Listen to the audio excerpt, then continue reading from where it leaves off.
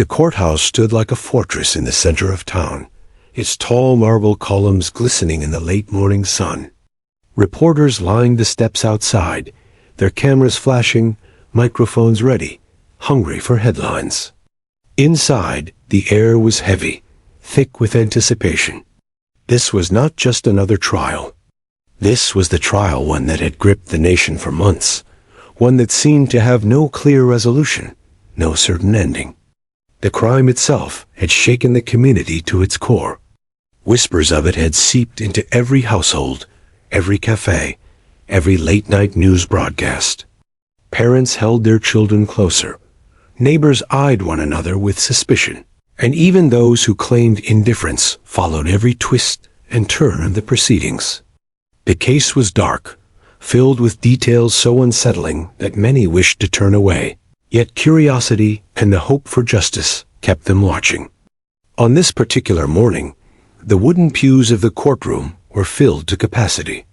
Family members of the victim sat stiffly in the front row, their hands clenched tightly together, as though they could squeeze strength from each other's touch. On the opposite side, the defendant sat flanked by his attorneys, his face carefully neutral, almost smug.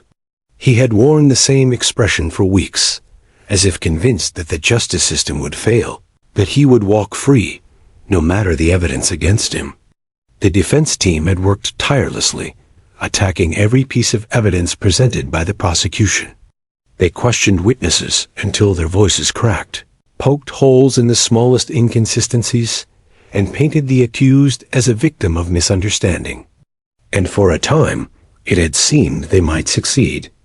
The jury had listened, brows furrowed, pens scribbling notes. Yet no one could deny that the case lacked the one thing that could tie everything together. A voice that told the truth plainly, without hesitation. That voice was about to come from the most unexpected witness of all, a 3-year-old girl. At first, even the prosecutors hesitated to call her. She was young, far too young, they said. Children that age were unpredictable, prone to confusion, easily frightened by the intensity of the courtroom. The defense had already argued furiously against her presence, calling it manipulation and emotional theatrics. The judge had reluctantly allowed it. But with warnings, the child's words would carry little weight unless corroborated by facts. Still, the prosecution held on to a fragile hope. Sometimes, truth needed no legal polish, no elaborate speeches. Sometimes, it needed only the clarity of innocence. When the bailiff announced her name, the entire room stirred. Heads turned, voices hushed, and the heavy wooden doors opened to reveal a tiny figure. She entered slowly, holding tightly to the hand of her guardian, her aunt, a woman with tired eyes and a determined jaw. The girl wore a simple yellow dress, one that seemed almost too bright for the gloom of the courtroom. In her other hand, she clutched a small stuffed rabbit, its fur worn from years of comfort. Her steps were hesitant, but steady. All around her, the atmosphere changed. Hardened reporters who had covered countless trials leaned forward in their seats. Jurors, who had spent weeks listening to cold testimonies and technical jargon, softened. Even the judge adjusted his glasses, peering more intently. There was something disarming about the sight of a child in that room of adults, something that pierced through the usual routines of law and order. She was lifted onto the witness chair, her small legs dangling far above the floor. The bailiff handed her a child-sized cushion so she could see over the edge of the desk. The judge leaned slightly forward. "Do you know why you're here today, sweetheart?" he asked gently. The girl glanced at her aunt, then back at the judge. She didn't answer. Instead, she hugged her rabbit tighter. The defense attorney smirked, scribbling a note to his colleague. To him, this was already a victory. A 3-year-old? What could she possibly say that would hold in a court of law? He leaned back in his chair, smug, certain this display would collapse before it even began. The prosecutor, however, remained patient. He knew children required time, gentleness, and space to feel safe. He stepped closer, crouching slightly so that his gaze met hers. "It's okay," he said softly. "You don't have to be scared. Do you see that big dog over there?" All eyes turned to the far corner of the courtroom. Sitting quietly, a trained police canine watched the proceedings. The dog had been brought in as a comfort animal, meant to ease the anxiety of young witnesses. To most adults, it was a background presence, unnoticed. But to the child, the dog was different. Its calm eyes and steady breath gave her something solid to hold on to. She nodded. "That's Officer Max," the prosecutor said with a smile. "He's here to help. If you get nervous, you can look at him." The girl's gaze lingered on the dog. She tilted her head, her grip on the rabbit loosening ever so slightly. Something shifted in her expression, subtle but undeniable. The room fell silent.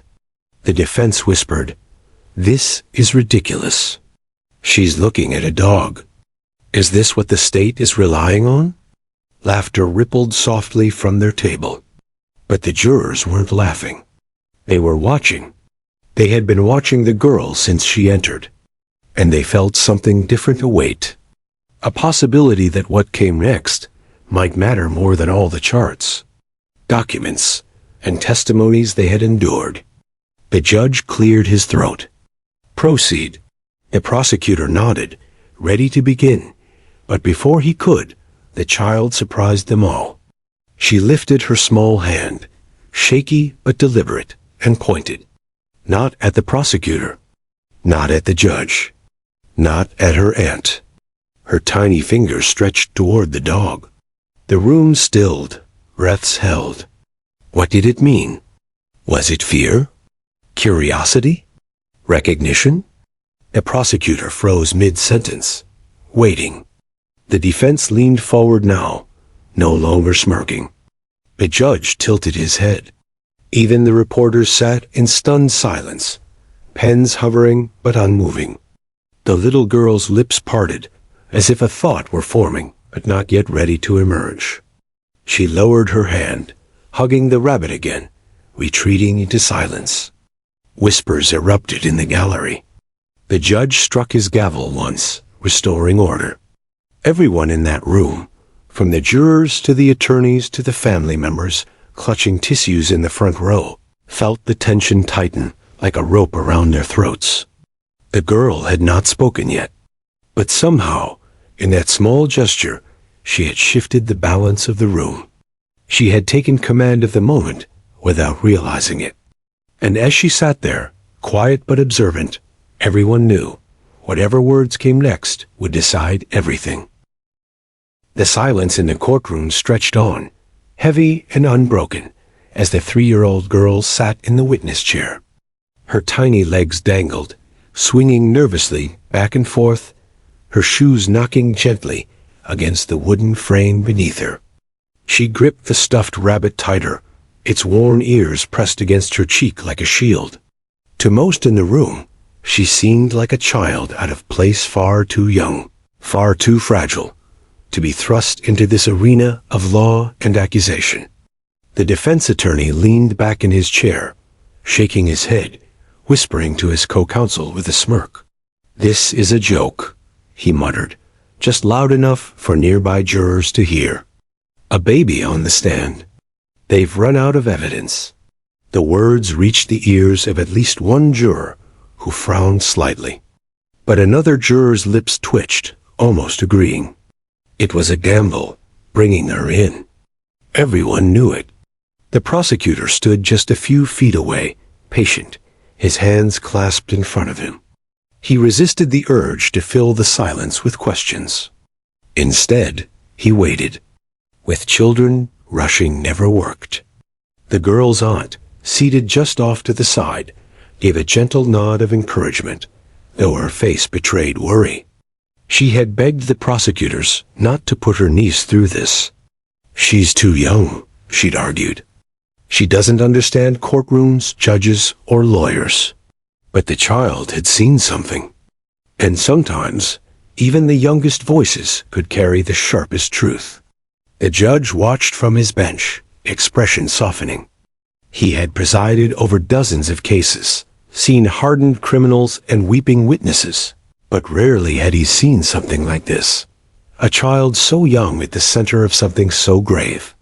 His gavel rested near his hand, though he hadn't used it since the girl entered. To interrupt now felt almost sacrilegious, as though breaking the delicate thread of whatever was forming in the air. The courtroom gallery was restless. Reporters shifted in their seats, cameras ready to capture the smallest flicker of expression. Mothers in the audience clutched their own children tighter. Fathers leaned forward, curious, protective. Everyone wanted to know. Would she speak? Could she even form words that would matter? But the girl stayed silent. She looked first at the prosecutor, then at the defense table, then quickly away again. Her gaze landed on the jurors' 12 strangers, staring at her with an intensity that even adults found overwhelming. Her lip trembled, and she pressed the rabbit against her face.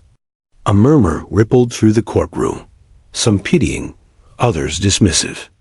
The defense attorney seized the moment. He rose slowly, buttoning his suit jacket with theatrical precision, and turned to the jury. "Ladies and gentlemen," he said, his voice smooth and deliberate, "is this what the prosecution offers you?" A frightened toddler clutching a toy, too scared to speak, too innocent to even understand why she's here? This is not testimony. This is theater. Emotional manipulation. He glanced at the prosecutor with a triumphant smirk before returning to his seat. The prosecutor ignored the jab. He knew better than to challenge a child's pace. Instead, he crouched again so that his eyes met hers. His voice was gentle, almost a whisper. "Do you see someone here you know?" he asked. The girl shifted uncomfortably. She turned her face into her rabbit's fur. No response. "Do you want some water?" he asked, trying again. She shook her head softly. The defense chuckled under his breath, shaking his head. To him, this was over. But then, something subtle changed. The girl's gaze, darting around nervously, stopped. Her eyes locked onto the far corner of the courtroom. And there he sat Officer Max, the police dog. The large German shepherd was lying calmly on the floor, his head resting on his paws, amber eyes steady. He had been there quietly since the trial began, a source of comfort for witnesses, trained to sense distress. But to the little girl, he was more than comfort. He was safety. Her eyes widened, recognition flashing across her face. For the first time since she had entered the courtroom, she loosened her grip on the rabbit. The jurors noticed immediately. She leaned forward slightly, still staring at the dog. Her lips parted, but no words came. She raised one hand hesitant, trembling and pointed. At first, no one understood. Was she pointing at the dog because she liked him? Because he was the only friendly face in the room? Was this just childish distraction? The prosecutor's heart raced. He didn't want to push her, didn't want to risk breaking the fragile thread of trust forming between the child and the courtroom. "You see Officer Max?" he asked softly. She nodded. "Do you like him?" Another nod. The gallery exhaled in unison, some smiling, others shaking their heads. The defense attorney scoffed. "She's pointing at a dog. This is absurd." But the girl didn't stop. Her hand remained in the air, her small finger shaking. Slowly, she lowered it from the dog and extended it across the courtroom, toward the defense table, toward the man sitting rigidly in his chair, the defendant. A hush fell like a blanket over the room. Her lips trembled. She opened her mouth as if to speak, then hesitated. The rabbit was still clutched in her other arm, but her eyes never left the defendant's face. The prosecutor's breath caught. The jurors leaned forward. The judge's pen, poised to take notes, hovered above paper, but didn't move. The defense attorney paled slightly, suddenly less certain. The girl dropped her hand, retreating into silence once again. But it was too late. That small gesture had shifted something profound. It was no longer just about whether she could speak. She had already spoken, in the way children often do with actions louder than words. The defendant shifted in his chair, for the first time looking uncomfortable. He adjusted his tie, avoiding the child's gaze, his jaw tightening. The prosecutor glanced quickly at the jury. They had seen it too.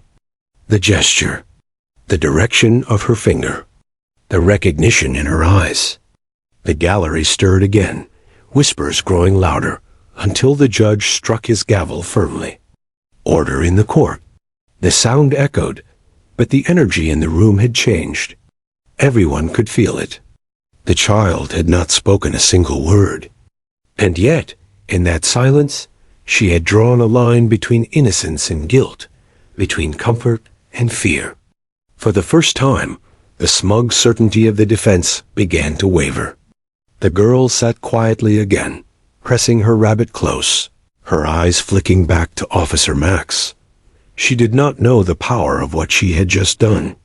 She only knew that in pointing, she had told the truth in the only way she could. And though her voice remained unspoken, the courtroom had heard her loud and clear.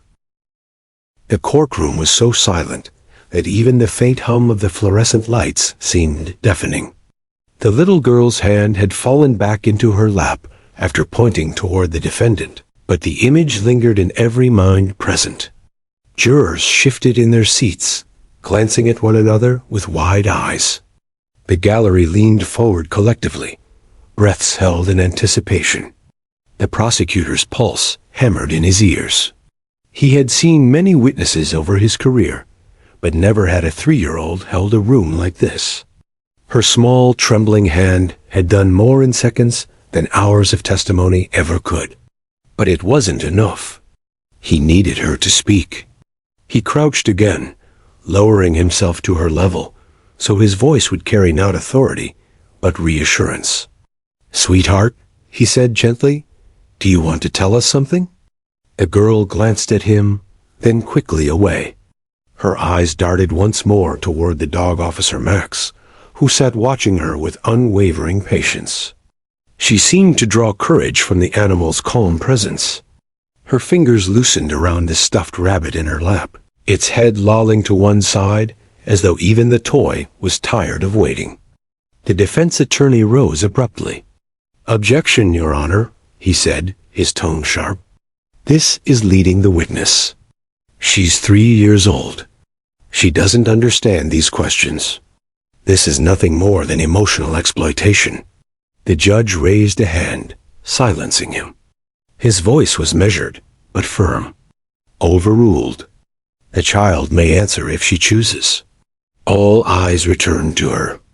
The little girl inhaled shakily, her chest rising and falling beneath the bright yellow dress that looked far too cheerful for a place so grim. She shifted in her seat, squirming as though the wooden chair itself was pressing her to speak. Slowly, with visible effort, she lifted her head. Her eyes locked not on the prosecutor, not on the judge, not even on Officer Max, but directly on the man at the defense table. The defendant. He had been so still moments earlier, wearing his mask of indifference. But now, under the unflinching gaze of a 3-year-old, he shifted. His fingers tapped nervously against the polished wood of the table, betraying an agitation he hadn't shown before. His jaw tightened. His eyes darted briefly toward the jury, then back down at his folded hands. The silence stretched, taut and unbearable. And then it broke. The girl's voice, soft but steady, floated into the room. 2 words, just 2, yet they carried the weight of a hammer striking glass. "Bad man." Gasps erupted from the gallery.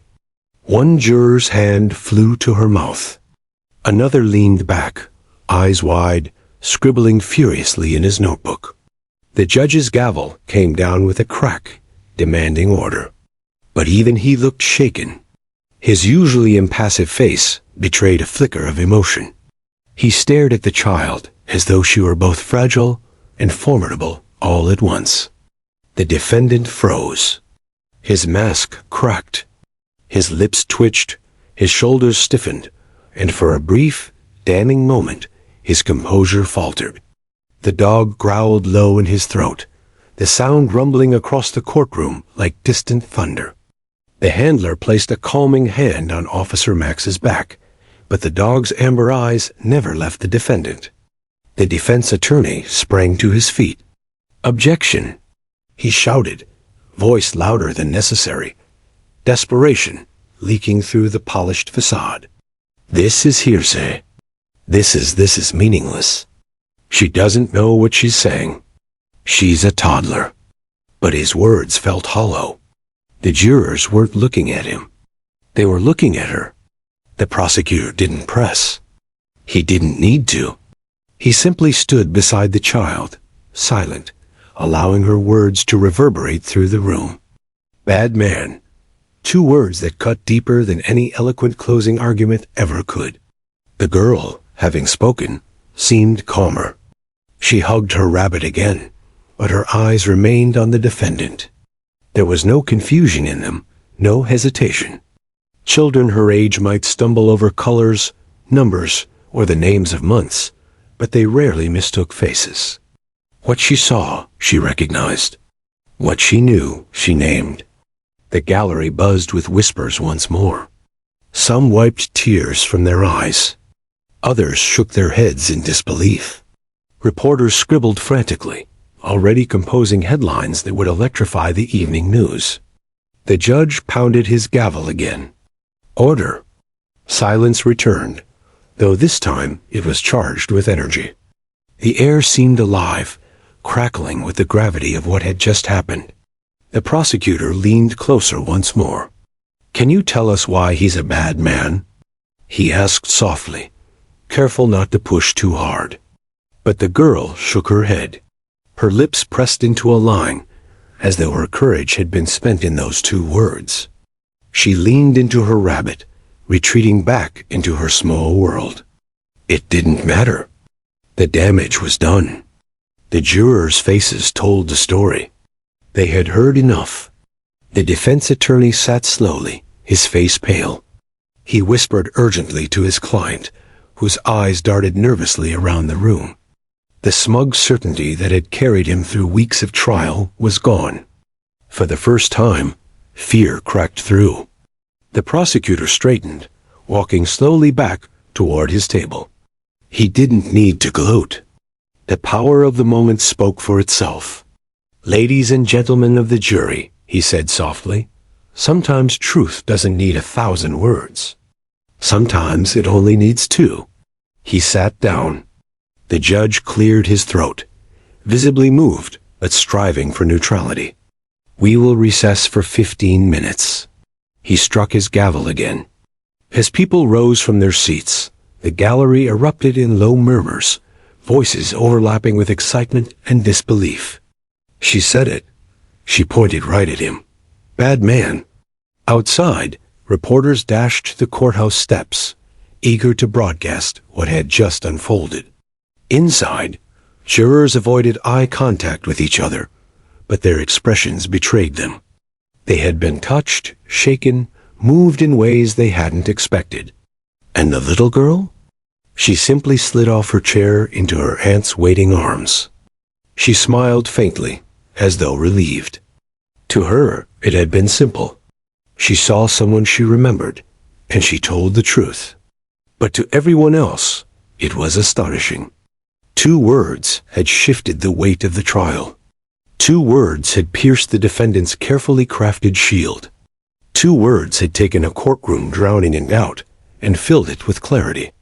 As the recess began, the defendant sat frozen in his chair, the police dog's growl still echoing in his ears, the child's innocent voice ringing louder than any accusation before.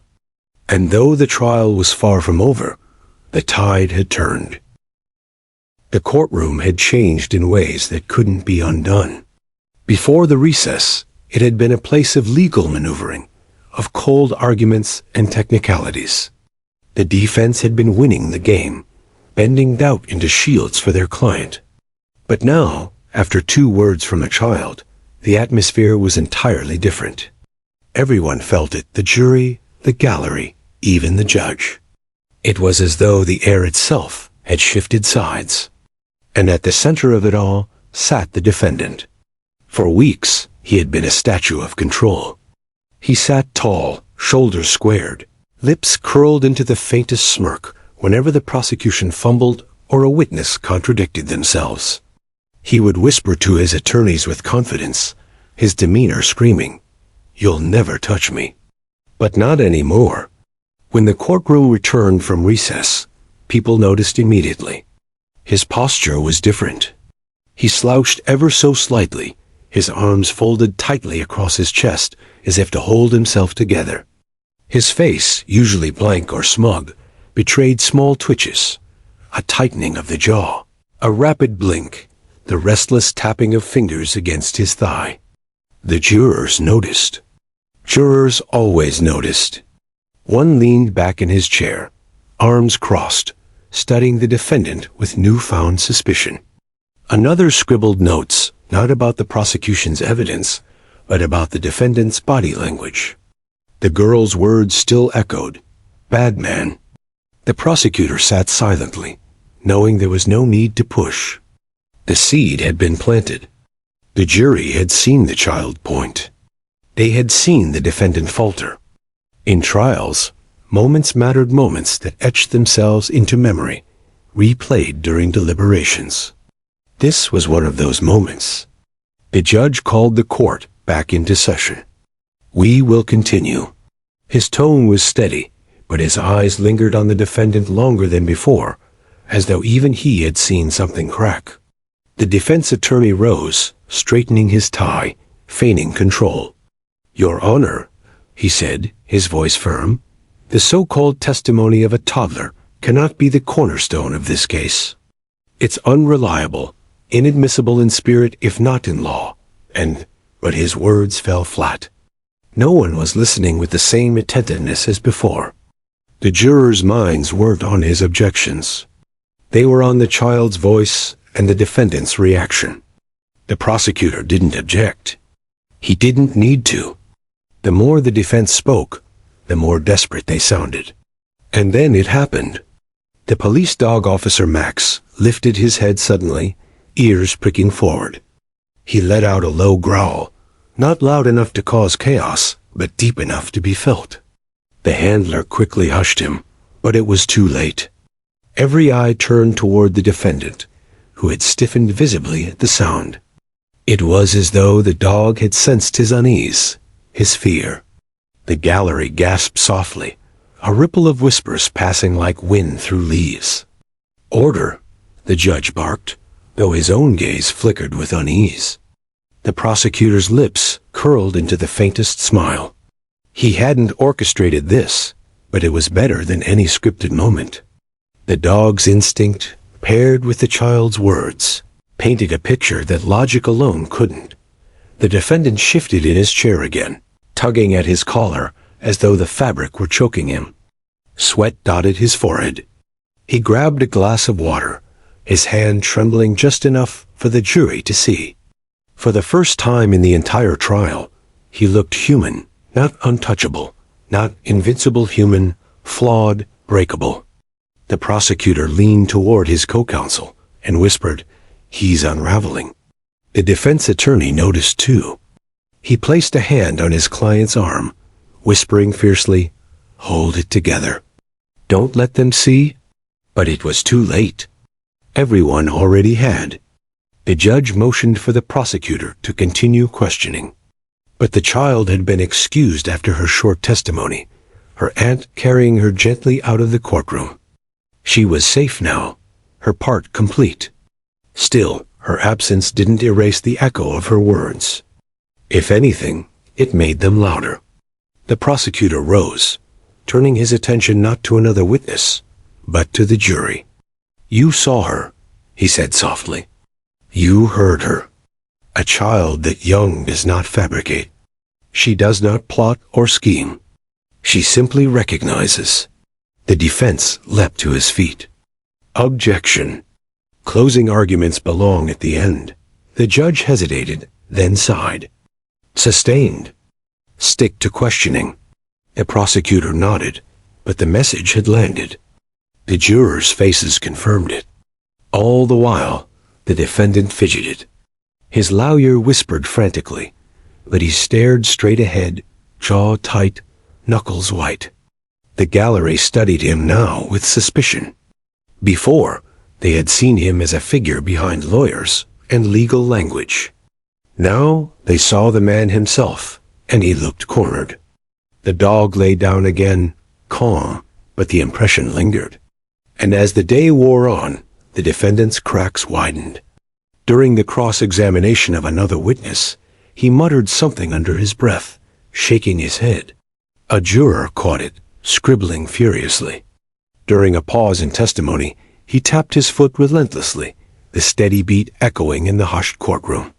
At one point, when the prosecutor displayed a photograph connected to the case, the defendant's lip curled ever so slightly, an involuntary sneer that did not go unnoticed. He had been careful before, meticulously trained to appear composed.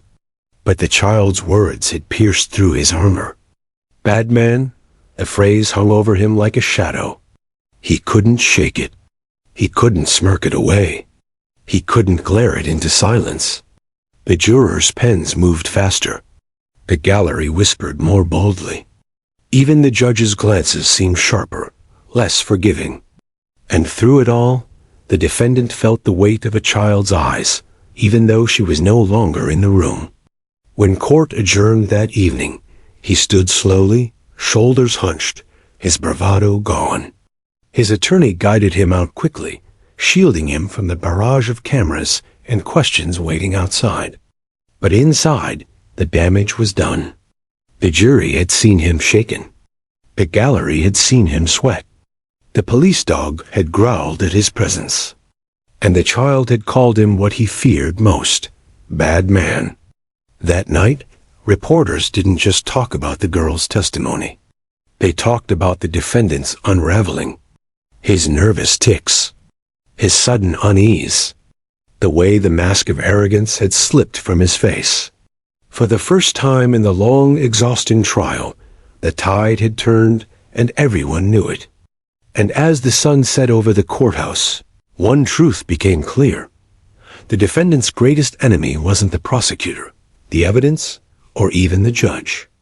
It was the haunting simplicity of a 3-year-old's words and the way they exposed him for who he truly was. And next morning, the courtroom was packed before the doors even opened. Word had spread like wildfire about the little girl's 2 words, the police dog's growl, and the defendant's visible unease. By the time the bailiff called for order, the air buzzed with anticipation. Everyone wanted to see what would happen next. The prosecutor entered quietly, carrying a slim folder, but wearing an expression of quiet confidence. He knew the jury had been shaken yesterday, and today was not about drama. It was about cementing that impression with clarity. One powerful moment had cracked the wall. Now, his job was to widen that crack until the truth spilled out. The defendant shuffled in a few minutes later, flanked by his attorneys. He looked different again. He had tried to regain composure, hair slicked, suit pressed, expression neutral, but the memory of yesterday lingered. His hands still betrayed him, twitching against the table, fingers restless. His eyes darted briefly to the gallery before dropping quickly to his lap. The prosecutor stood. Your Honor, the state calls Detective Samuel Harris to the stand. Detective Harris was a seasoned investigator with 20 years in law enforcement. Calm, deliberate, and respected, he carried himself with the quiet authority of someone who had seen too much, but still believed in the pursuit of justice. As he was sworn in, the jury leaned forward, eager for context. Detective, the prosecutor began, yesterday we heard something extraordinary from a very young witness. I'd like to give the jury some perspective. In your professional experience, how reliable are the observations of a child that young? The defense attorney sprang up instantly. Objection, Your Honor. Calls for speculation.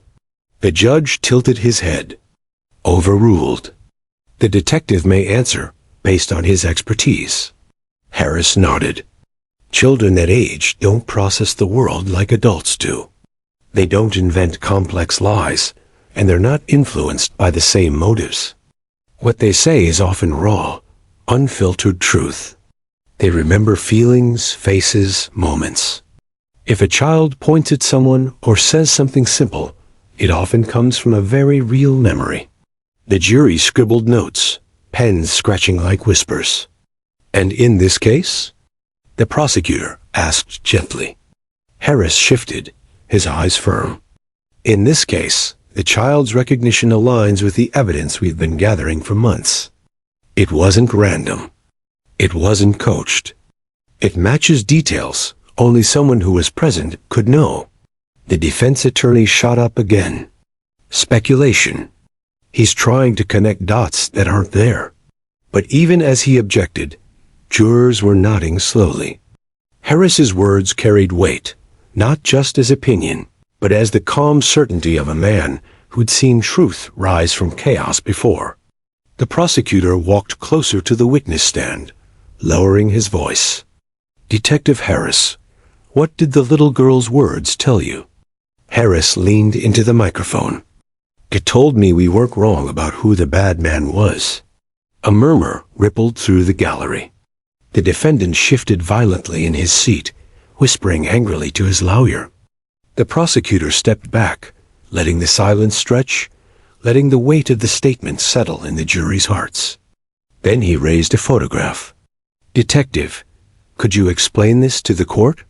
The photo was projected onto the courtroom screen. It showed a toy familiar, worn, with a tear along one seam. Gasps came from the gallery. This, Harris explained, was recovered from the crime scene. A child's toy. When we showed it to the little girl during our preliminary interviews, her reaction was immediate. She reached for it, clutched it, and whispered the same two words, "Bad man." The jury shifted in their seats. The photograph was more than an object, it was an anchor, proof that her testimony was not spontaneous fantasy. The defense rose, sweating now. Objection. This is prejudicial, emotionally manipulative. Sustained, the judge said, though his tone lacked conviction. The jury will disregard emotional implications and focus on factual context. But the damage was already done. No one in that courtroom could unsee the image of the child's toy, paired with her trembling voice. The prosecutor didn't press further. He didn't need to. He turned back to the jury, hands folded behind his back, silent for a long moment. Silence, he knew, was sometimes louder than words. Finally, he spoke. Ladies and gentlemen, what you heard yesterday was not confusion. What you see today is not coincidence. Truth has a way of surfacing, even from the smallest, most innocent voices. The defense attorney scrambled to regain ground during cross-examination. He hammered Harris with questions. Couldn't children be influenced by suggestion? Couldn't their memories be unreliable? Wasn't it possible she just repeated something she overheard? Harris answered calmly. Possible? Yes, likely? Not here. I've interviewed dozens of children over the years. This was different. Her tone, her gestures, her consistency. It was genuine.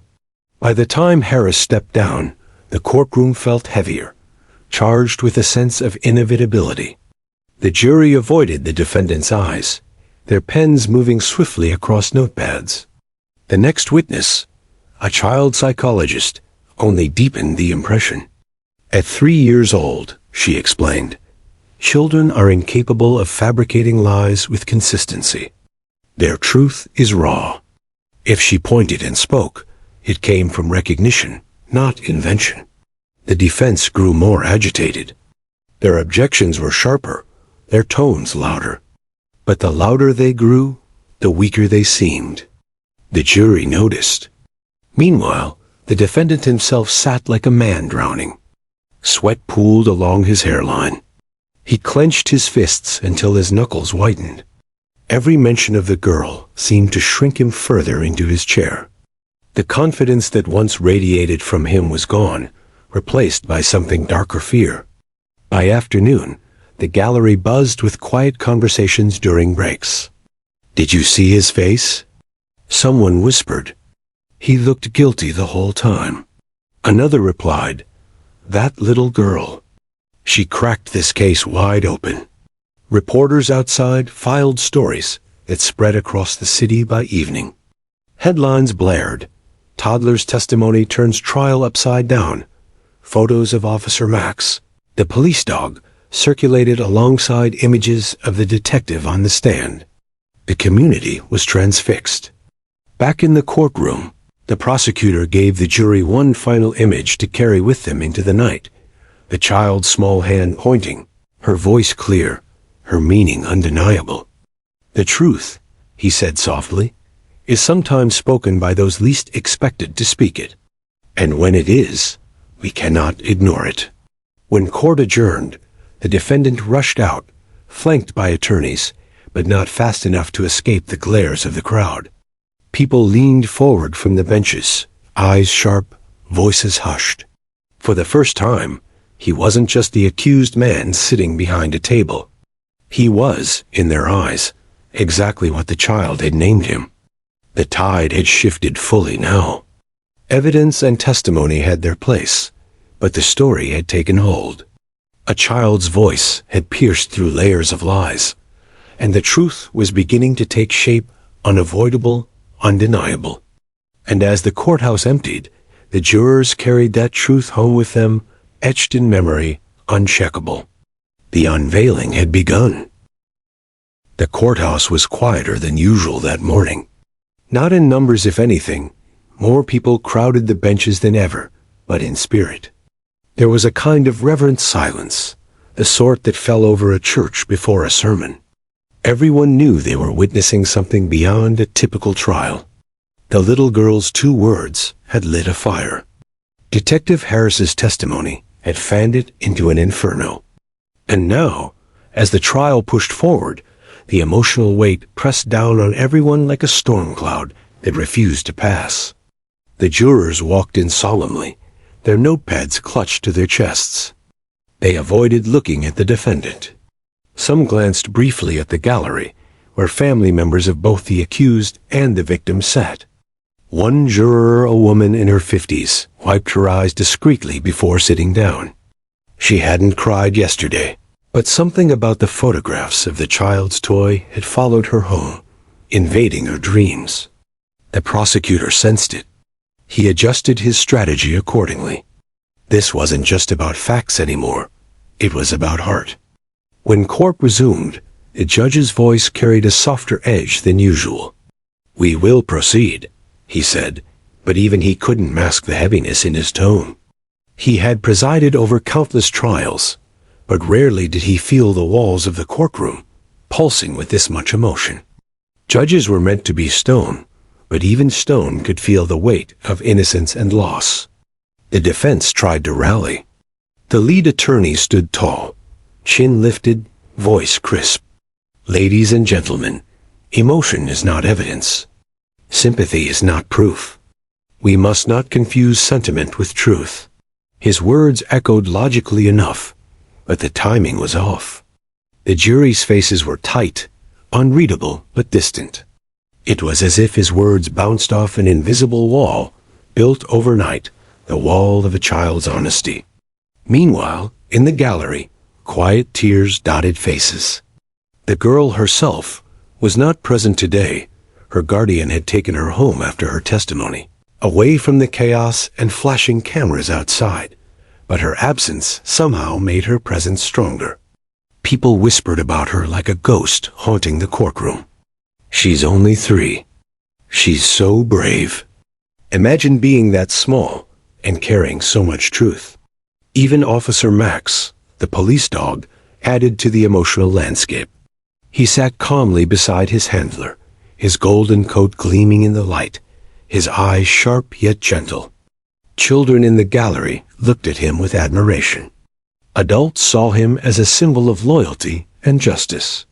Every so often, his ears flicked toward the defendant, and the gallery collectively stiffened, remembering the growl from 2 days earlier. At mid-morning, the prosecutor called the child's aunt to the stand.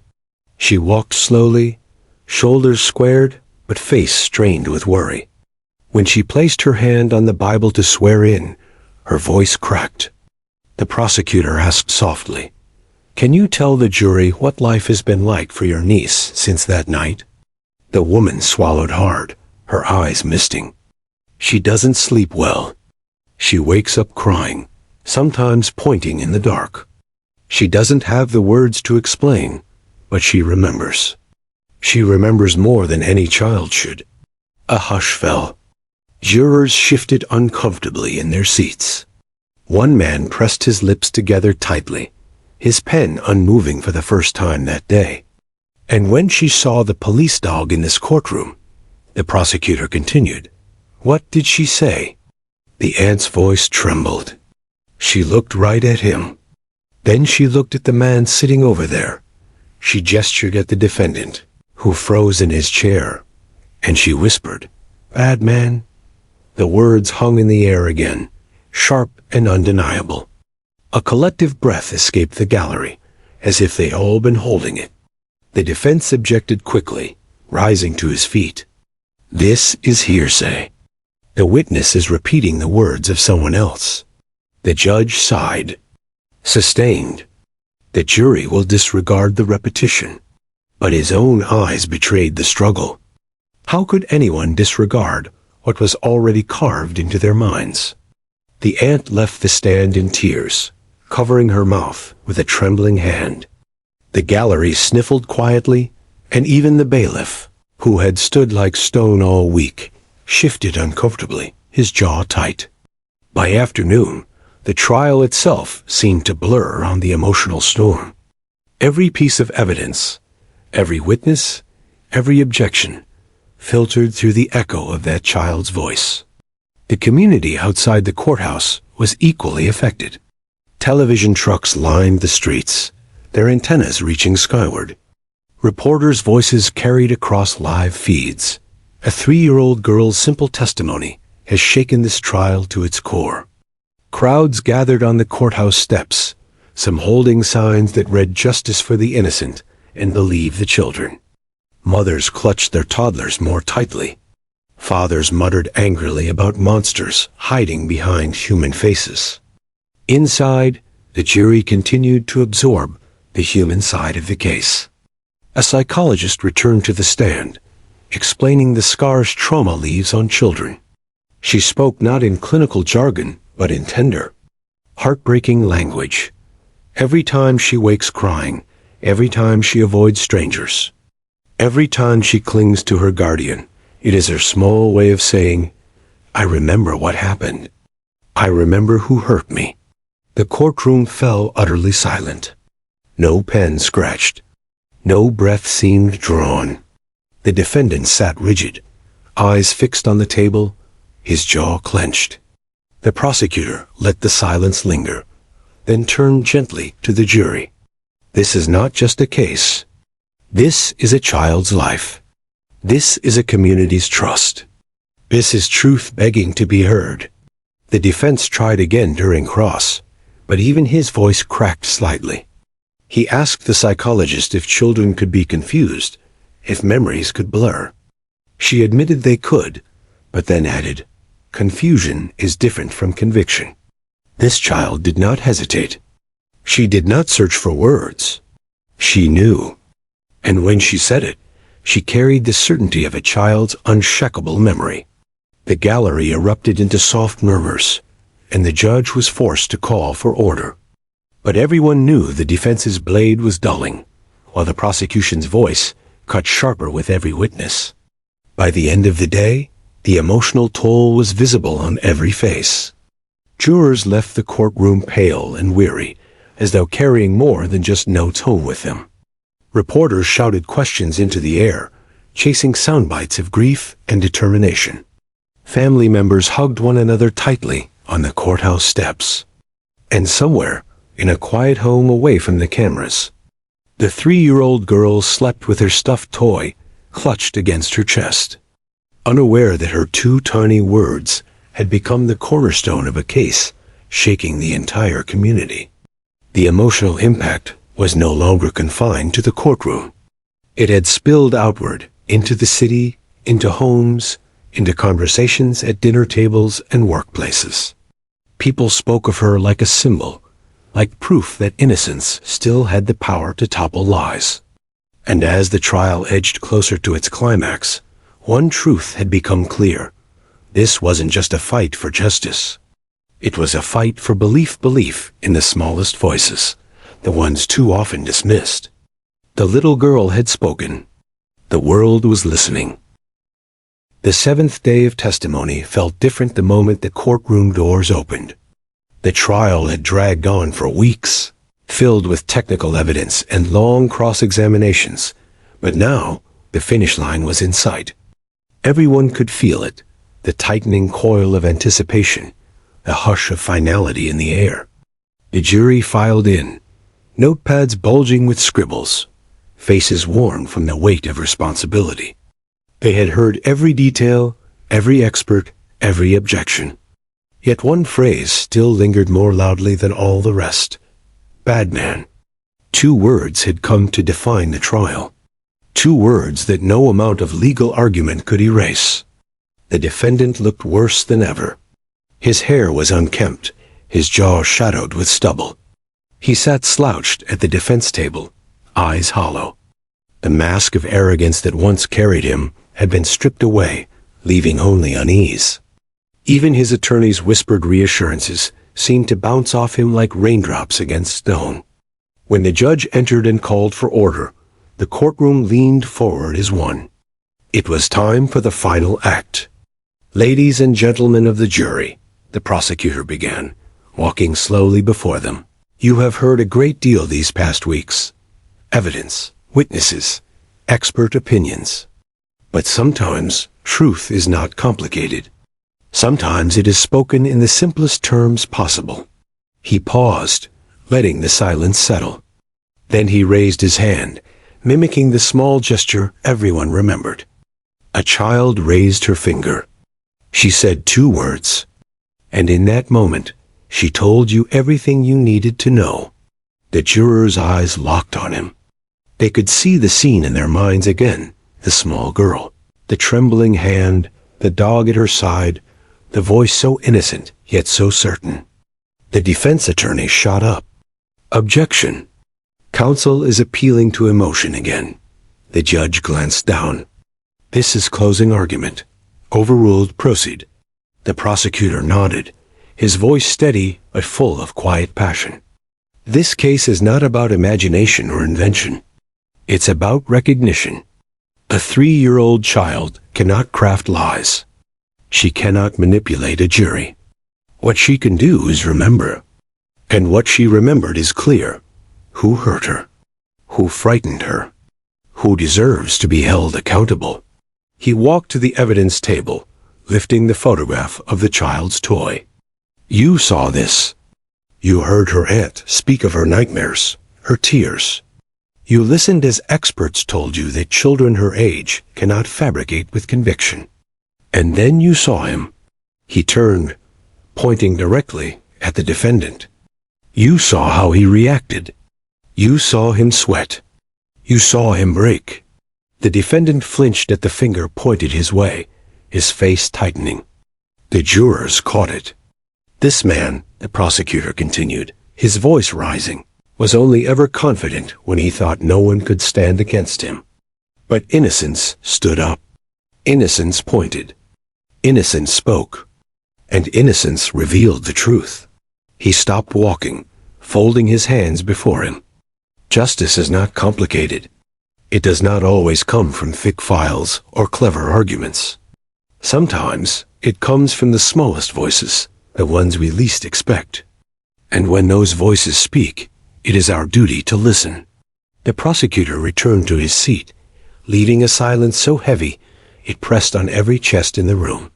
The defense attorney rose slowly. He adjusted his jacket, cleared his throat, and forced a smile at the jury. But the smile faltered quickly. He knew the hill he had to climb was steep, nearly impossible.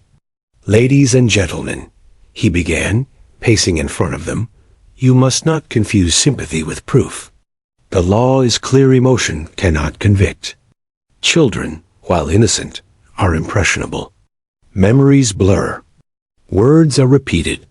What you heard from that little girl may have been heartfelt, but heartfelt does not equal factual." He leaned on the jury box, lowering his voice. "You swore an oath, not to feel, but to think. Not to cry, but to judge.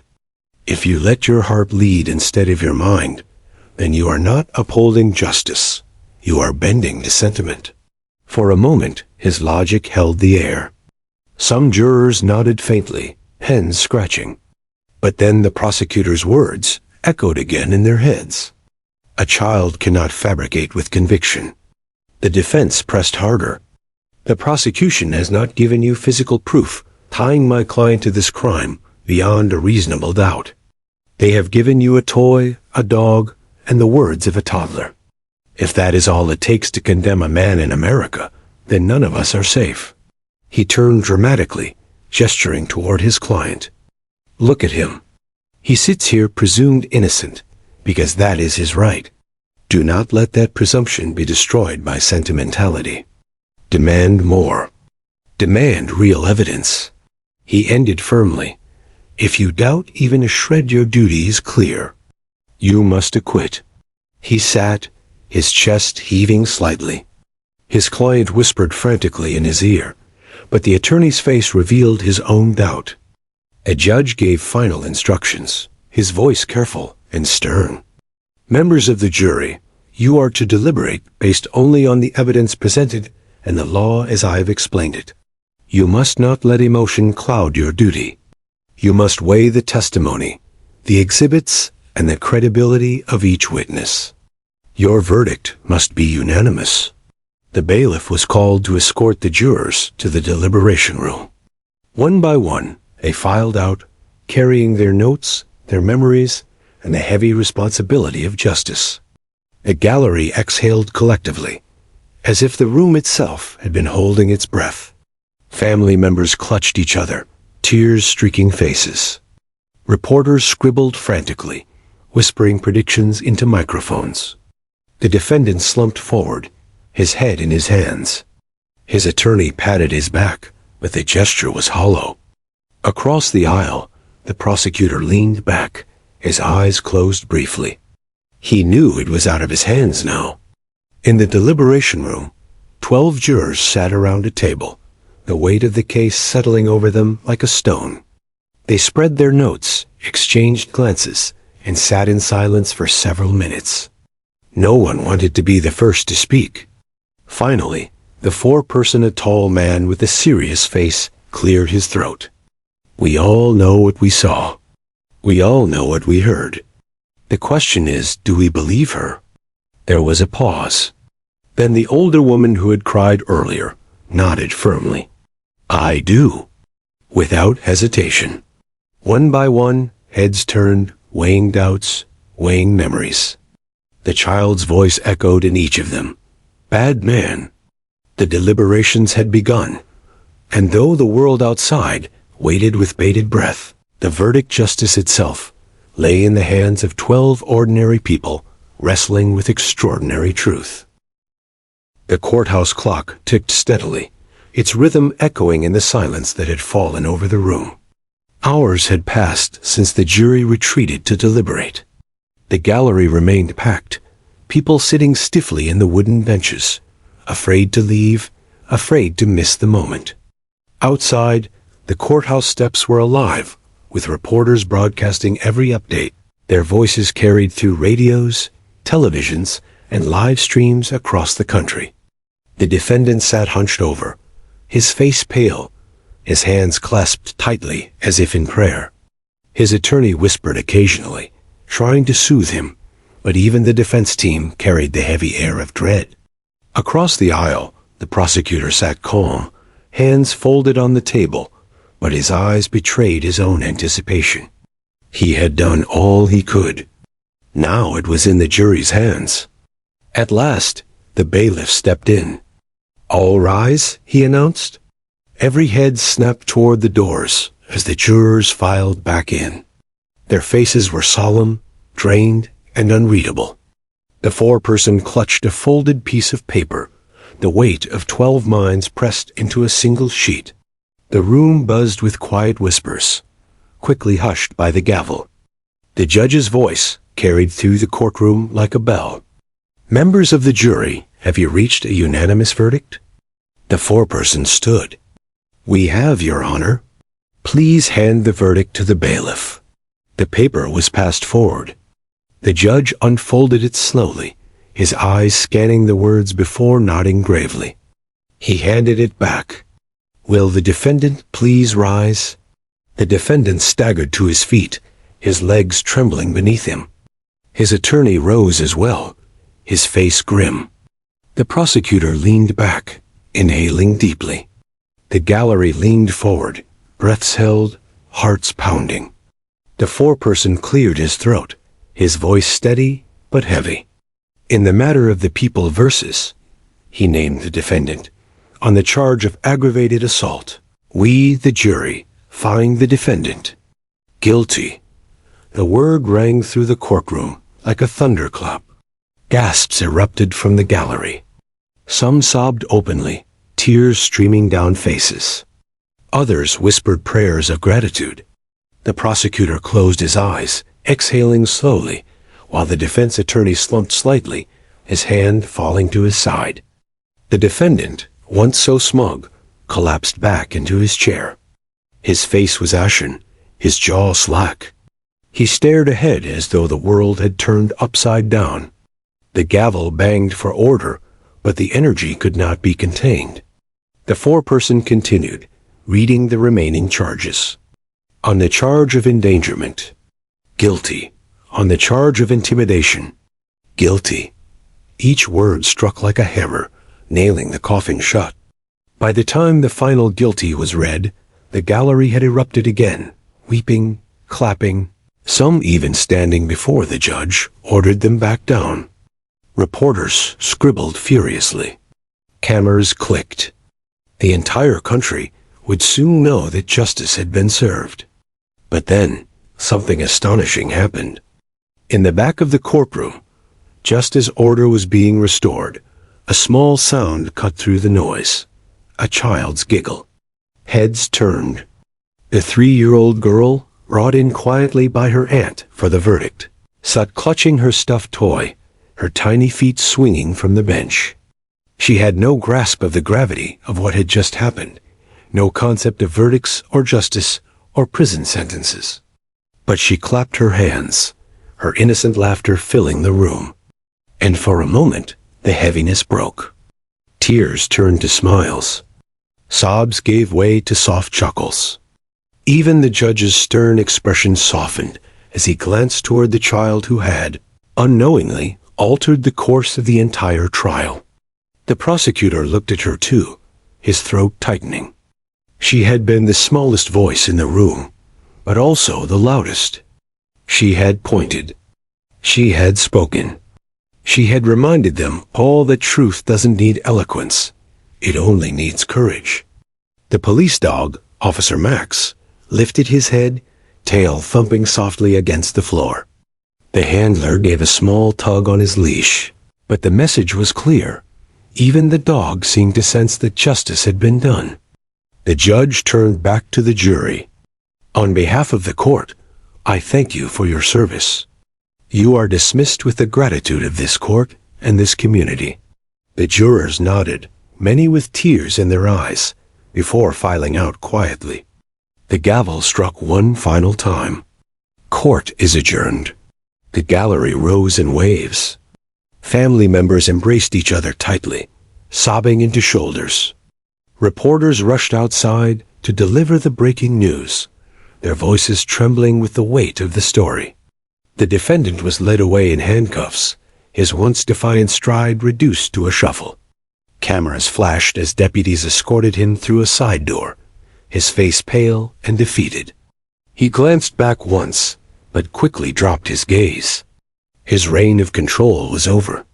The prosecutor packed his files slowly, pausing for a moment to glance at the little girl. She waved at him with her stuffed toy. He smiled faintly and nodded in return. She would never understand the magnitude of her role in that moment. Not now. Maybe not ever. But someday, perhaps, she would. Outside, the courthouse steps erupted into cheers as word of the verdict spread. Strangers hugged. Mothers held their children a little tighter. Reporters delivered the news live, their words spilling across televisions and radios. The defendant has been found guilty on all counts. Justice, in a case defined by the testimony of a 3-year-old child, has been served. In homes across the city, people watched, stunned by the simplicity of it all. A toddler's 2 words had done what hours of legal argument could not. Her small hand pointing, her voice calling out the truth, those moments had carried more weight than any lawyer's strategy. Back inside, as the courtroom emptied, the little girl tugged at her aunt's sleeve. "Can we go home now?" she asked, her voice small and innocent. Her aunt bent down, tears streaming, and kissed the top of her head. "Yes, sweetheart, we can go home." And as they left the courtroom, the prosecutor stood watching, the dog at his side, the echoes of the child's voice lingering in his memory. He knew the trial would be studied for years, remembered in headlines and legal journals. But beyond the records, beyond the analysis, it would be remembered for one thing above all.